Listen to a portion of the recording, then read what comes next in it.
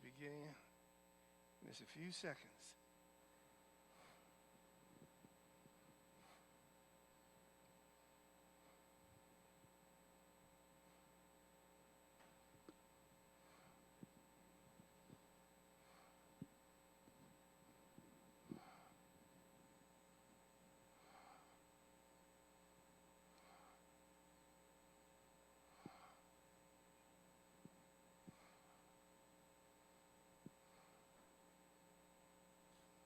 Well, I want to thank you for tuning in this evening as for another Wednesday night talk.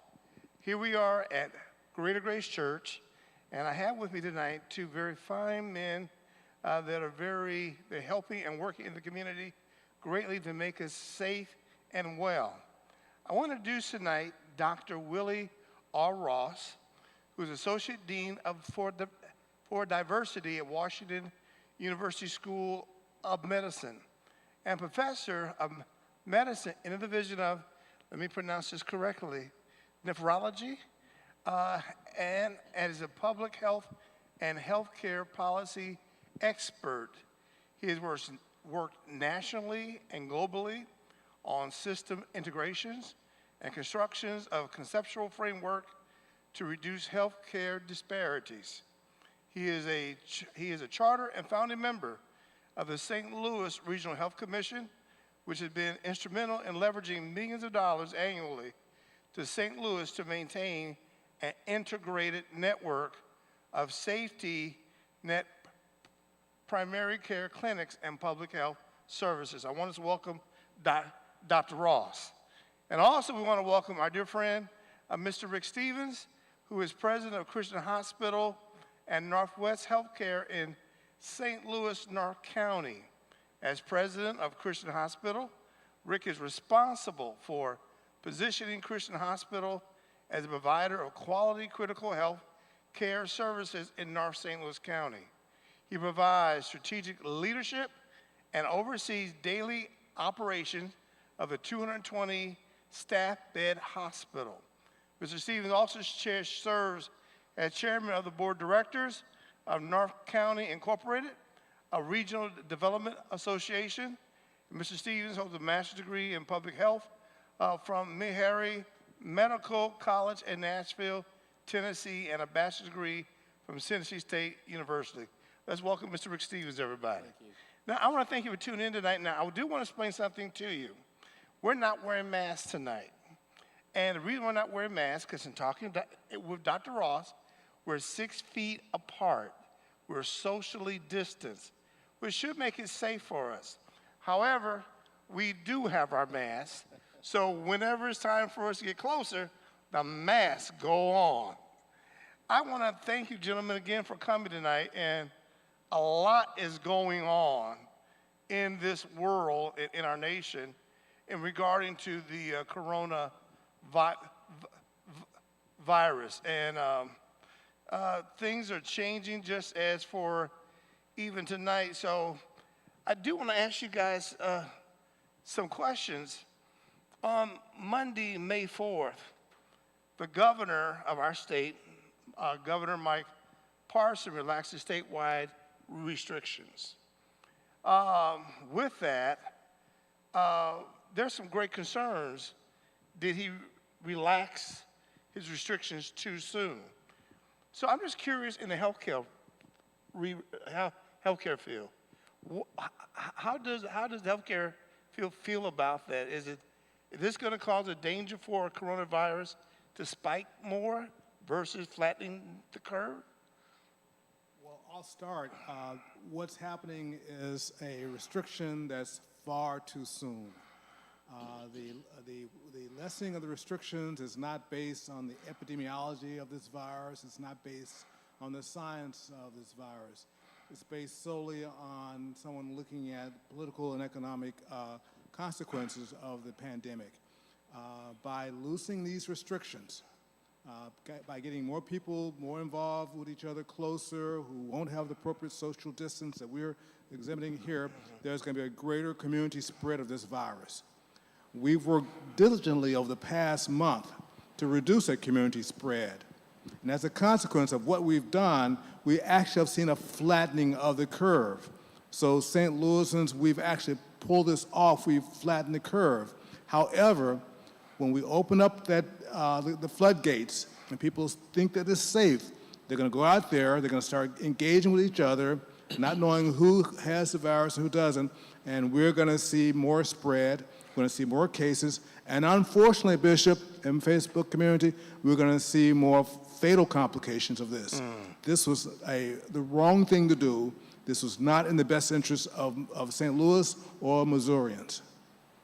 Thank you. Rick? I would have to agree that I believe it's too early as well, due to the fact that North County, where we are now, is in a hot spot. The 3 zip codes. Christian Hospital sits in 63136, but around Christian Hospital is 63033 and 63031. And so we are still seeing individuals not socially distanced. We had Easter a couple weeks ago, and we're trying to see, why did we have such a big surge? And so what we attributed to was that people actually got together for Easter, and we had people come into the facility that had COVID. We have a big concern for this weekend, Mother's Day, and then 2 weeks from now, Memorial Day weekend. And so we're watching to see if the numbers jump up after that of people. One, the governor has said that the restrictions are off, and there's nice weather, and so, hey, maybe we can get together. My relatives won't give it to me. I've heard that too. My relatives won't give it to me. And yes, they can, because we just don't know who has it when you're pre-symptomatic, asymptomatic. And so, as Dr. Ross said, the things that work, staying inside, socially distancing, wearing masks at the appropriate times, all those things have contributed, as Dr. Ross said, to flattening the curve. We want to bend the curve going forward. Thank you. Now today, we were shocked because there was another announcement made today by the county executive. And the county executive, Dr. Page, and Mayor Cruz of St. Louis, she wasn't present at the new conference, but as Dr. Page was talking about, reopening St. Louis County May 18th. So is that date too soon also, or? Well, let's put this all into context. Okay. So this virus has been circulating in our community since late January, early February. We know that for a fact. We started the orders, the quarantine, essentially the 3rd week of March. We're now going into our 6th or 7th week, and we're seeing a flattening. Right now, based on what we're seeing nationally and what we're seeing in St. Louis, we've been at this for a couple of months. The curve is relatively flat, say for the past weekend when it went up a bit. In order to really feel comfortable, we would need to see that curve actually fall back to where we were 2 months ago. Okay, we're beginning of May. 2 months from now will be July. That's when if all goes well, if we continue to do the social distancing, wearing the proper protective equipment, staying inside, if we do all that well in 2 weeks, maybe we'll be at the tail end of this. So now here's the issue. 2 weeks is July. And a lot of people saying that our economy cannot sustain that degree of intense closing, that we're going to, there's going to be economic consequence. We're having a lot of people who've been furloughed, people who lost their jobs, businesses are suffering. And so the decision to open the economy is not based on the epidemiology of the virus. It's based solely on our ability to connect economically, to restore businesses, to not put ourselves in the position of having a more extended recession. That's a business decision. That's not a public health or medical decision. Nonetheless, those dates of May 18th will likely be the dates when we do reopen. And so if that's the case, then what we need to do is prepare ourselves for that. We need to do what we can to mitigate this, because the virus is not going away. As Dr. Anthony Fauci said, when we see those press recordings, we'll know what's happening because the virus will tell us it's happening. The virus is saying, don't change anything, we're still here. Well, we're not listening to the virus. We're going to open up May 18th. We'll have to prepare ourselves for that, but I can assure you, that doesn't mean that the virus is going away. We're going to have to contend with it, and there are going to be consequences if we don't do what we can in order to reduce any complications when we do open up the economy on May 18th. I think I also saw that as part of that, barbershops, nail salons, spas, things of that nature, would not open up at that time as well. And I think that's a good rollout. As somebody we've used the phrase now, turn the light switch on or the dimmer switch on. I think at least that's a start, right? And we're going to turn the dimmer switch on and slowly roll these things out. And so that's a good thing as well, because it's the congregating of the people that we've seen. It's that kind of interaction is where we see the big spurts, the spurts go up from that standpoint. Okay. So it's really very interesting because with the state reopening and the county reopening, but we see Illinois, our neighbor, seemingly the governor there is pushing for maybe the end of August. Does the federal government have the authority to try to coordinate the states to work in concert versus all these different openings? Because it seems like it's going to just backfire in all of our faces. Yes, the federal government has the authority and the responsibility to coordinate public safety. They basically have retreated on that authority, and we've all seen that evident. Now it's incumbent upon governors to talk to each other because governors and adjacent states need to know what's going on because this virus doesn't recognize the Mississippi River. Right. It can spread just as easily across that as it could across that highway out there. But that's what we're seeing. We're seeing this, these myriad responses, one state versus another. It's haphazard, and people are confused because they don't know because these states are kind of contiguous. Illinois understands the severity of this, and as I mentioned before, when we talk about that time frame, if things go well, when could we potentially see a downturn in cases? It would be July going into August. So they're listening to the Centers for Disease Control, and they're abiding by that data, and that's why they chose that time period. All states should act accordingly, but that's not happening, unfortunately. It's interesting that you see several states coordinating together and working out a rollout. It would be great. It would be great leadership to say the federal government is helping coordinate this from many standpoints instead of leaving it up to the governors in the states. Okay. Now,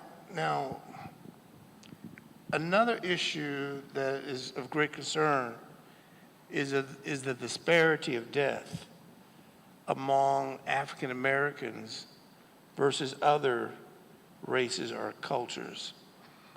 The high risk seems to be, from what we're hearing, is the fact of the underlying health issues. With those health issues, if a person was seeing a doctor and taking their medicine on time and following the instructions, could the underlying health conditions not be as much as a contributor? Or is it just the fact that you have this weakness in your body, regardless what?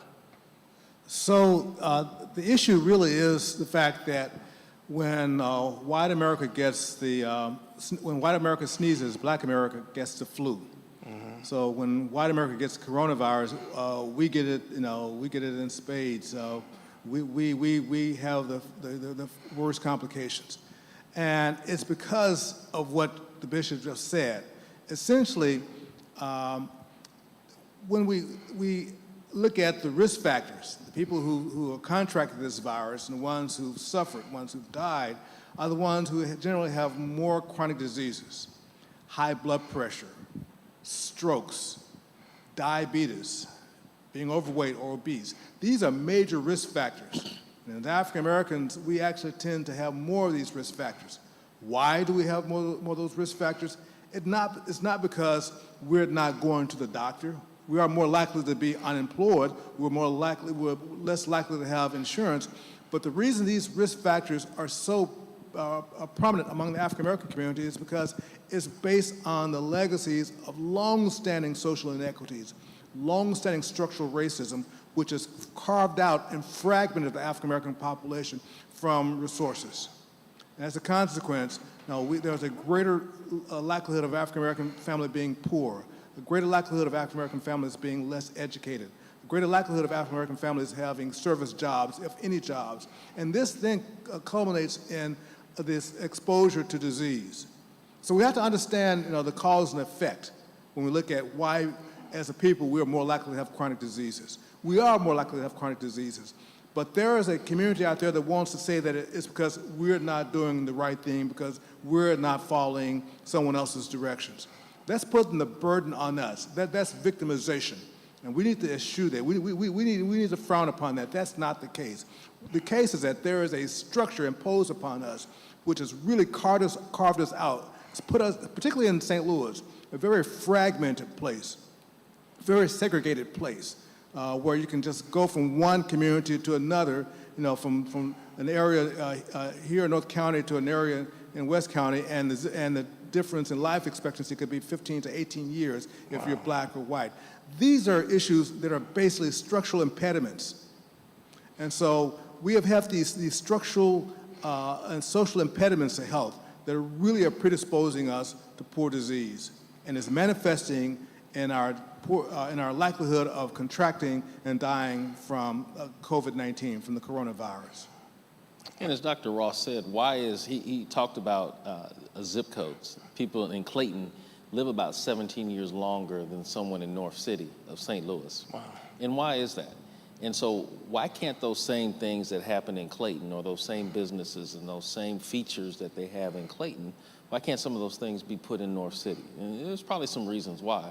But if we can start to balance that out and get that equal, then we can start to see the life expectancy improve.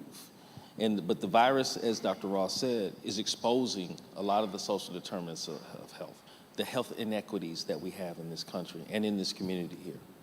So if I could make this as simple as possible, what we're saying is not that it's a lack of trying to care for yourself, it's a lack of the opportunity to care for yourself. You're economically may not have the funding, not have the insurance, or so forth, so therefore you are staying at home with a disease or some pain or doing some home remedies versus going to the doctor, not because you don't want to go, you just can't afford to go. That's entirely correct. And so we have to recognize that we believe in this concept called health equity, where every individual should be able to reach their full health potential. But in order to reach our full health potential, you have to have equal access to the resources. And that is not true in the United States, and it's clearly not true in St. Louis since for decades, if not a century, if not longer. We don't have equal access to resources. And if someone doesn't have access to resources, then, particularly if they're less insured, unable to purchase medications, more likely to suffer complications from develop diabetes because they don't have access to fresh fruits and vegetables. More likely to have high blood pressure because they don't have access to medications, or they're consuming salts and other foods which are less nutritious. When that happens over time, this creates this disease. But let's look at what we call the upstream causes of all this, because we're not going to heal as a community if we start dealing with these downstream issues. We have to ask, how do we get into this boat in the first place? That'll explain why we're sick, and it'll explain why we're dying of coronavirus. Very good. But now, Rick, I want to commend you again, because what some people may not be aware of, With Christian Hospital being in North County, you have done some very wonderful things in the region. One was that you made medical services available at different high schools. Um, um, so my question is then, and also too, Christian Hospital, your foundation works very hard to try to make sure people that are indigent will have access. So if a person right now watching us has a fever and they're trying to take ibuprofen or some type of drug to reduce the fever and got a cough and begin to feel weak in their body, but they don't have any insurance, do they go to the emergency room, or what should they do? Absolutely, go to the emergency room. Okay. If you have an emergency and you're feeling weak and you feel like you're going to pass out, whatever it is, go to the emergency room. That's what the emergency room is there for. I know since the coronavirus has started, a lot of people are staying away from the emergency room. And so what we're finding is that now people can't wait any longer. They're coming to the emergency room and they're coding or passing out in our waiting room. But we don't want you to wait. If you have an emergency, go to the emergency room. But if you're having signs and symptoms, the dry cough, the fever, body aches, loss of taste and smell, call 314-653-5000, and they'll take you through a screening and they can tell you where to get tested for the coronavirus as well. But do not stay away from a healthcare provider because of that. Go to the emergency room. If you're feeling sick, if you're feeling like you're going to pass out, that's what it's there for. Let me add also that a lot of people are concerned that they may incur some costs if they think they have the coronavirus, but there are adequate resources to cover the testing of coronavirus, of the COVID-19. So that shouldn't be a concern. Those costs will be covered. And let me say that with the number I just gave out, the testing is free. And then also people are staying away from the emergency room because they are fearful of catching the virus. Well, we're wearing masks in the hospital. Everybody's wearing a mask. Everybody that's coming into the facility, the hospital, is getting their temperature checked. We are taking extra precautions in cleaning. We're wiping everything down. We're washing our hands. We're using hand sanitizer. We're encouraging everyone else to wash their hands, and everyone is wearing a mask, as I've stated before. So we're taking those extra precautions as well to make sure that the facility is as clean as possible. Oh, very good. Now, So do not fear coming to the hospital. Okay, so therefore go. Go. Go, because time is of the essence. It's of the essence, but also if you maybe have, milder symptoms, you can also go to your physician as well. Okay. To see that person as well in the physician office building. But if it's a true emergency and you're feeling like you're going to pass out, you can't breathe, go to the emergency room. But if you having a few milder symptoms, make an appointment to see your physician. A lot of them are doing telehealth as well. But then also, because the volumes are down, people are able to get in to see their physicians the same day as well. And again, at the medical office building, they're asking questions of you and they're taking your temperatures, and everybody has on a mask. And we'll encourage you to have a mask on. We've gone to universal masking at BJC WashU now, and everybody is wearing a mask coming into the facility. Everybody's getting their temperature checked coming into the facility as well. Now, by saying that, I have this question. When churches do start the process of gradually reopening, because we're waiting for the county executive, whatever decree, whatever guidelines are given. And some churches are wrestling between the idea of offering to take people's temperatures when they come into the church or not, and also to make sure there are masks available for those that attend the worship service. Would you advise that to be a wise thing to do at this stage of the game, to do or not? I personally would, absolutely. And I think I've seen where you have seats separated out to socially distance, physically distance as well. So the taking of the temperature, wearing of the mask, being physically distanced, social distance as well are some things that I believe as we open up and turn on the dimmer switch are things that churches need to do Dr. Ross probably has a few more Absolutely things. agree. And so I have some hand sanitizer sitting next to me. That should be uniformly available in the church. The audience, there are three of us here. Okay, so this is just a small group of us. We have our masks in our pockets. Mm-hmm. We don't have them on because we are 6 feet apart. In a church, you're going to have more than 3 people. And when you have more than 3, and you're going to have people who are going to get closer periodically, there should be a requirement that people coming into the church are wearing the mask. Now let's dissect that a little bit more about why people are wearing the mask. People will say, you know what? I feel healthy. I have no symptoms. They'll say I'm young. I mean, why should I have to do this?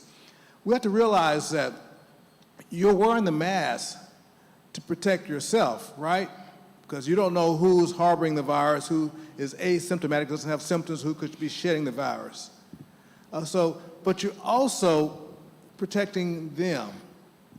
Because you don't know, we could all be, some of us could be exposed and unaware. And so when you're walking into a church or a place like this and you don't wear a mask, then you're actually potentially exposing others.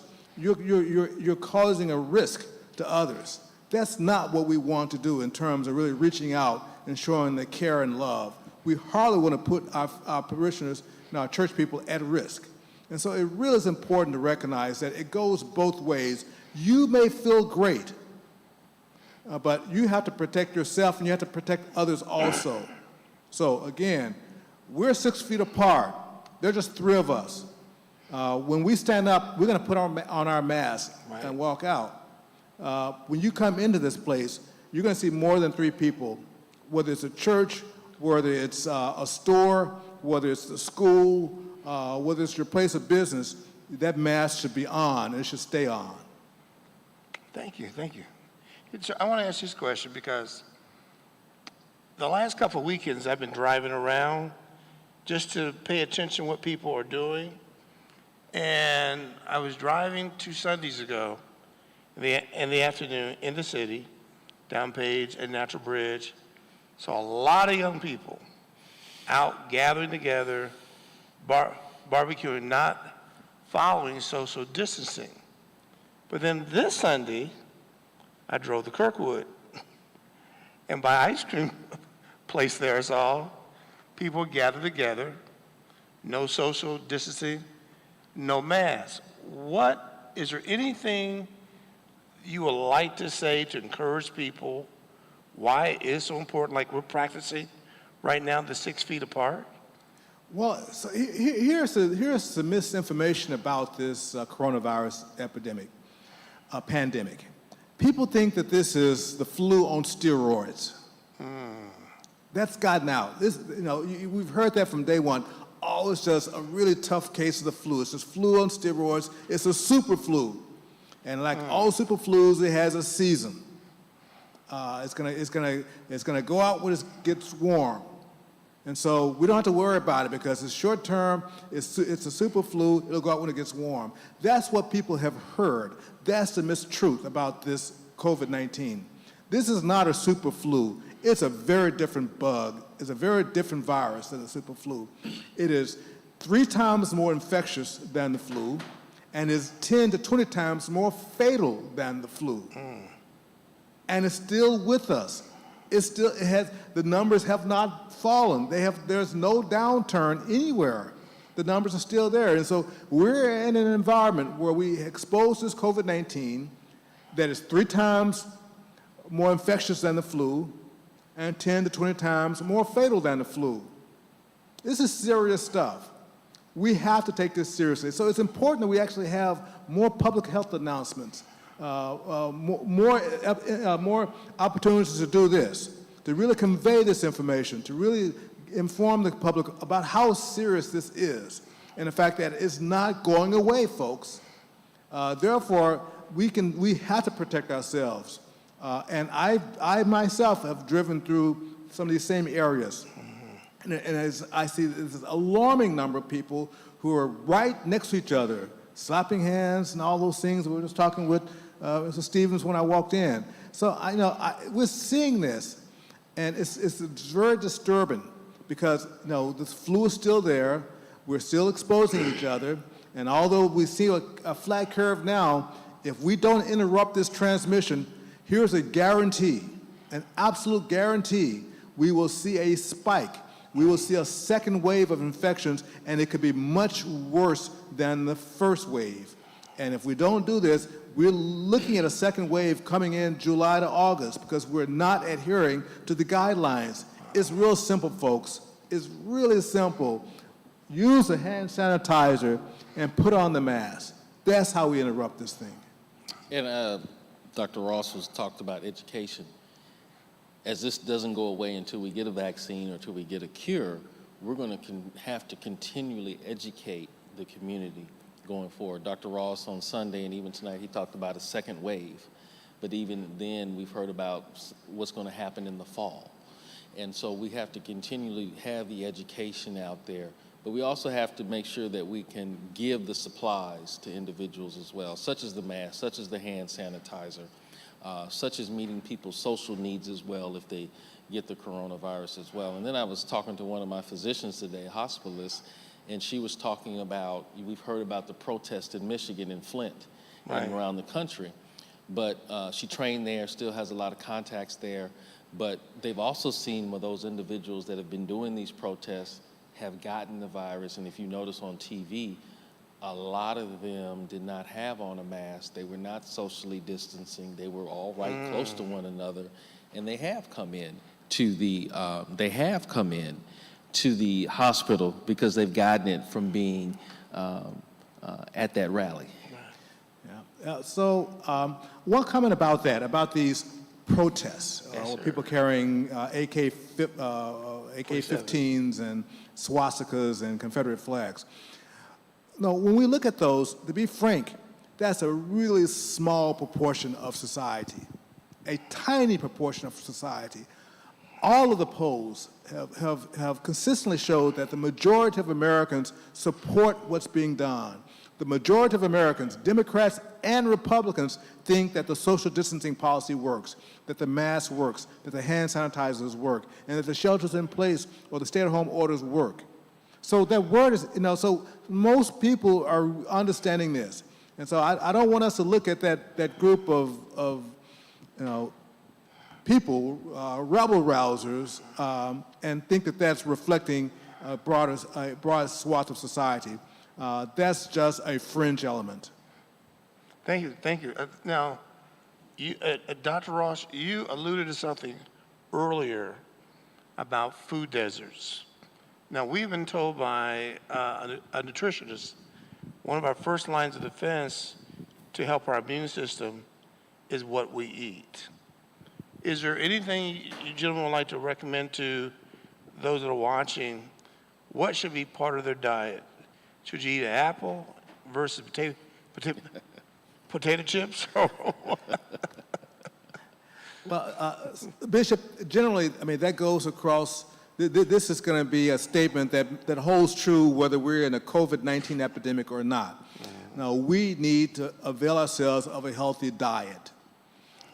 And that means fresh fruits and vegetables, low salt, low sodium. Take those sodas and pour it out in the sink and throw the bottle away. Now, that's what we need to do anytime, because those things will compromise our health, all that fast food. So that holds true regardless of what condition we're in, what's happening in society.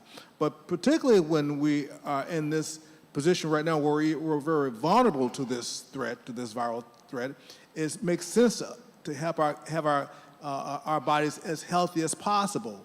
And so it behooves us to step it up a little bit more to ensure that we're making ourselves more susceptible to this virus.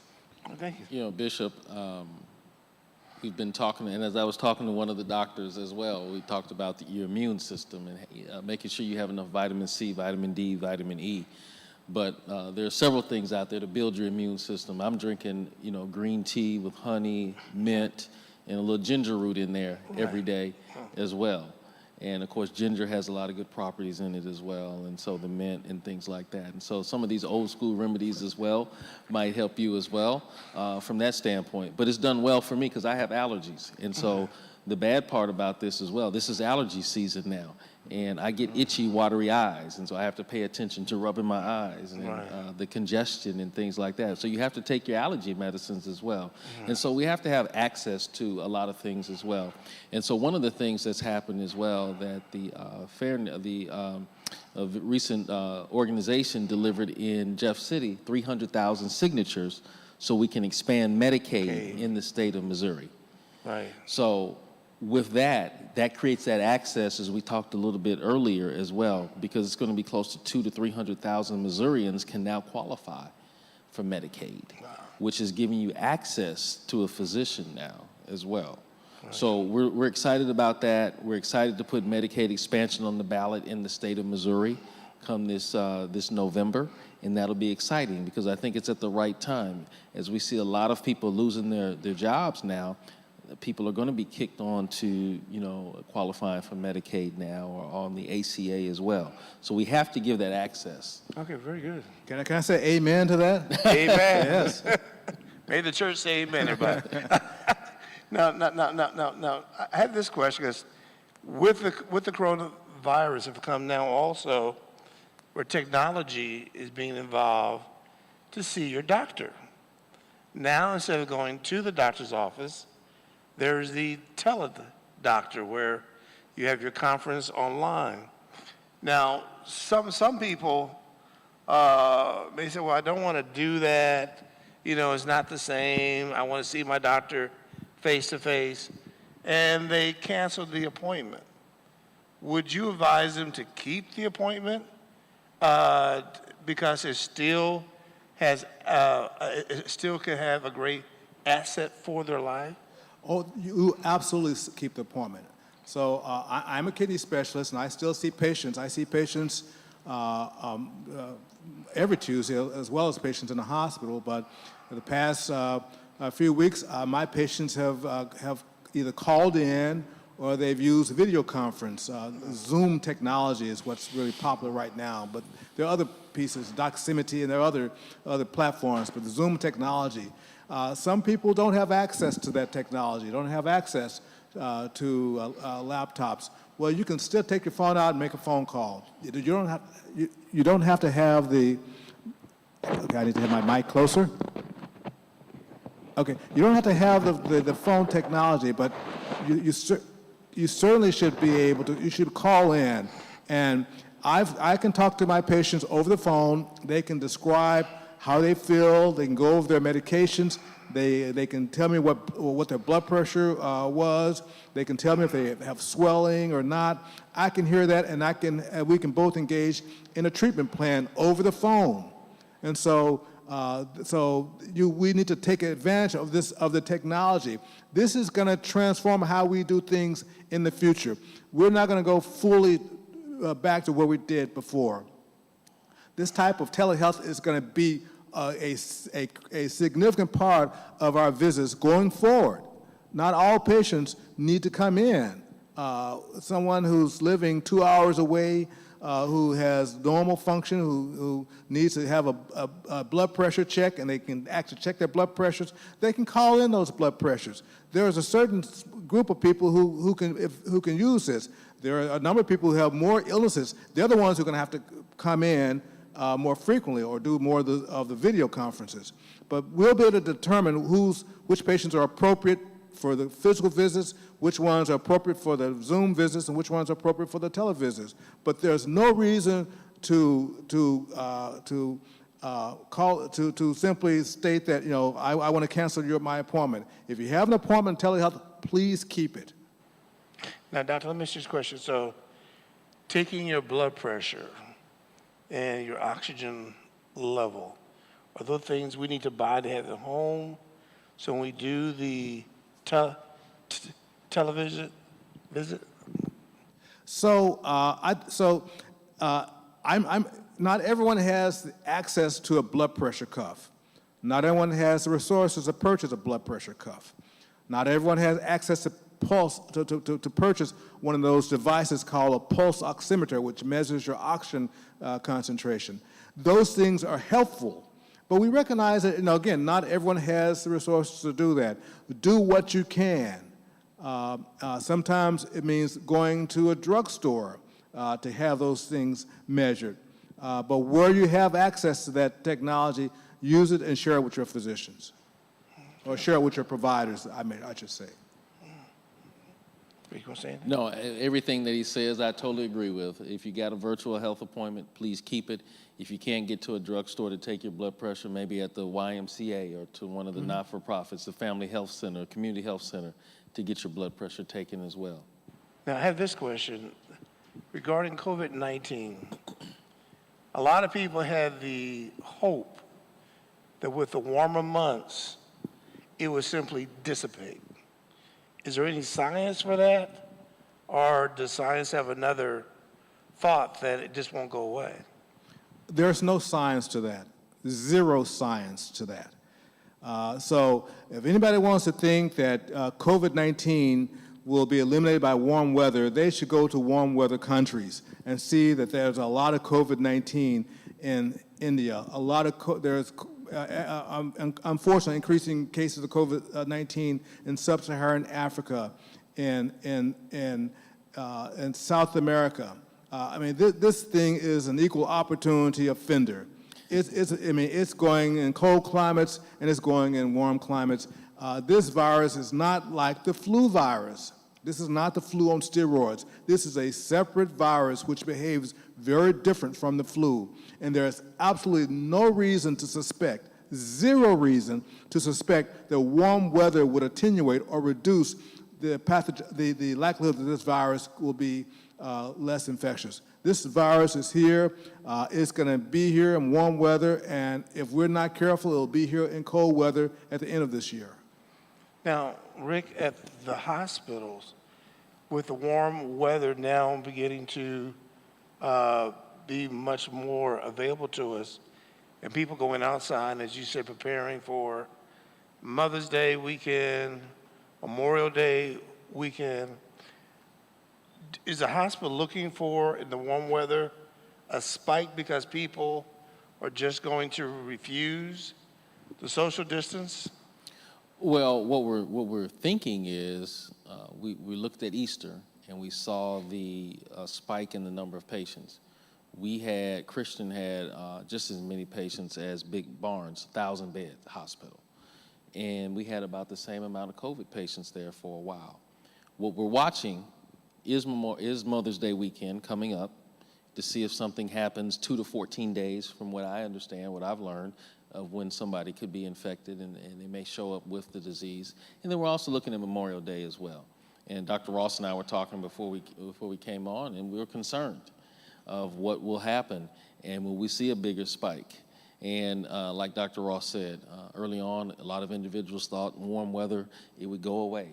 And, nationally that's been said as well. And like Dr. Ross said, around the world, you've seen these warmer climates, and the warmer weather has not taken away this disease. And so we are concerned about some of these upcoming holidays. And so that's why we're both here tonight, just to talk about, and we appreciate you as well, continuing this conversation, because education is going to be key to me until a vaccine is found.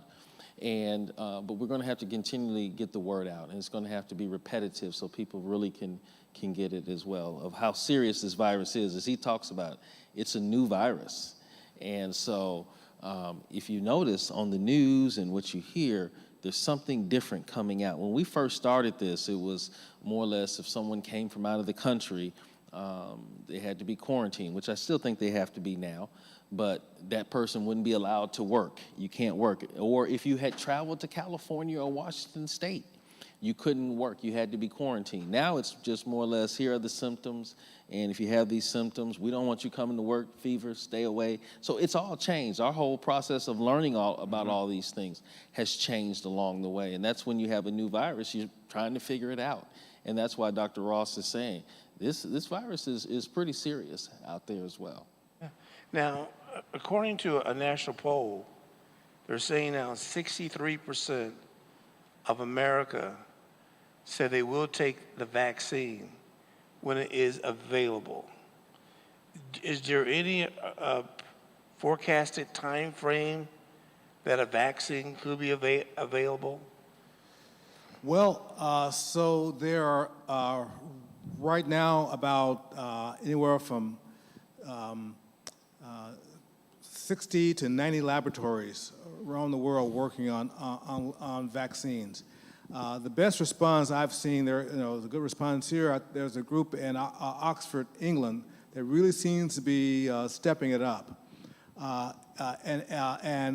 a couple of groups here that are doing well. In the best case scenario would be that if these scientists are doing everything proper, if things are moving beautifully, no mistakes. Science is full of mistakes, but if there are no mistakes, and if they can get these vaccines through the proper studies, we have 3 phases of studies that we have to go through in order to prove that the vaccine isn't causing side effects, that is safe short-term and long-term. We have to get through these phases, these clinical trials. If we do things right, with absolutely no complications, no setbacks, perfect performance, then perhaps in early 2021, we may be looking at our first vaccine availability. Early 2021. That's if everything goes well. And we know that it doesn't always hold true. And so there with that knowledge then, we can't just say, well, you know what, I don't have to worry because I'll have a vaccine anyway. That's not coming anytime soon, folks. So we're going to have to do what's necessary. Again, this virus will let us know when it leaves. And the vaccine isn't coming in for several months. And in many cases, if we get a vaccine, it may take a year after that before we can actually get production up to get the largest group of people vaccinated. That's a lot of time. And so let's not put undue belief in a vaccine. It is coming. I guarantee we will see a vaccine, but we could lose a lot of people between now and early 2021 when something as simple as hand washing with soap and water, something as simple as keeping your distance, something as simple as wearing a mask could actually interrupt this. That's what we should be doing mostly. Let's focus on those simple things that are proven effective in mitigating and reducing this virus spread. Thank you. Now, I want everybody to know that we've been doing this now for about 7 weeks. And the reason why we've been doing this is because we want everyone to be healthy and well. What you could do tonight is to become a vaccine yourself by just getting on the phone, Facebooking somebody, tell them to listen to this information and to pass it on. And then we have millions of people who will change their way of living.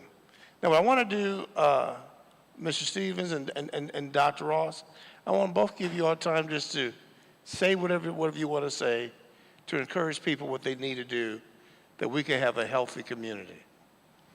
Well, I'd just like to say just reiterate some of the things that we've talked about. Dr. Ross has talked about washing your hands, wearing the mask when you go out in public. But this is a real disease. I was talking again to one of the hospitalists today, and I was asking her, I said, well, what do you treat individuals with, and what is the disease doing? And she talked about how it creates blood clots in the lungs, and in the kidneys it's creating those blood clots, and they're giving people blood thinners. And the disease is wicked. And you talked earlier about underlying conditions and how some people can fight it off. And then how we have individuals who are 89 years old at Christian who we've discharged. We have a person that's 102 at Christian who is getting ready to be discharged.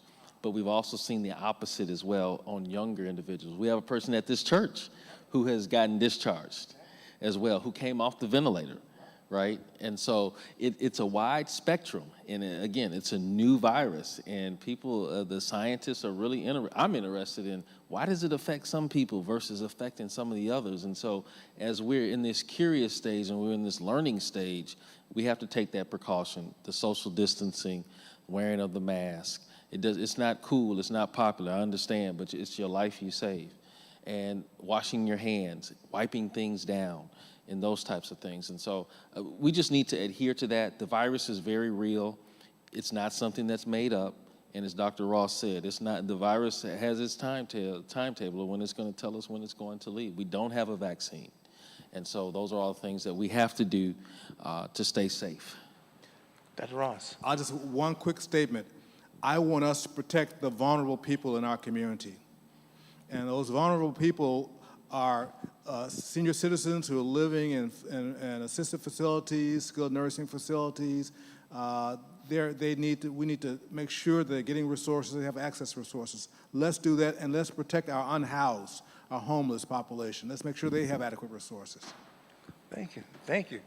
And to everybody who has been watching tonight, I hope you have learned something, or we have reiterated something that maybe you didn't take seriously, but tonight you do. The coronavirus is real, and people have died. From 4,000 deaths on April the 1st to nearly 72,000 that have passed away in this nation. It's real, my friends. It has killed more people than those that died in the Vietnam War. It is so important that we as believers, we as mankind, will appreciate one another by following the instruction of these two very fine medical professionals. One, wash your hands. Take that 20-second soapy water. Wash your hands. Keep your hand sanitizer nearby. Think before you touch your face. Make sure your hands are clean. And social distance, the 6 feet.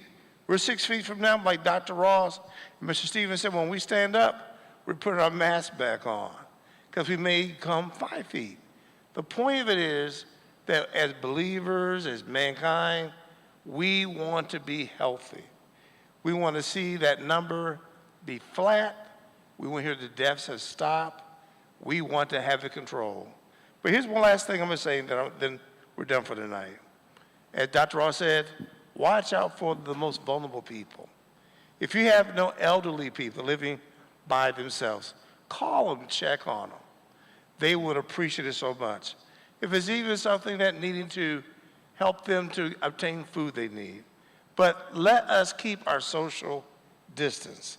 And to all the church members and those that go to church when church reopens, don't be offended if they have you sitting social distance. Don't be offended if you need to wear a mask. Don't be offended if they got to take your temperature. Why? It's not to pick on you, but it's to help everybody as you help your brother. Well, this is our time for tonight. We love you to life, and be well. And remember, Jesus is the answer for your life. God bless you. Thank you, Dr.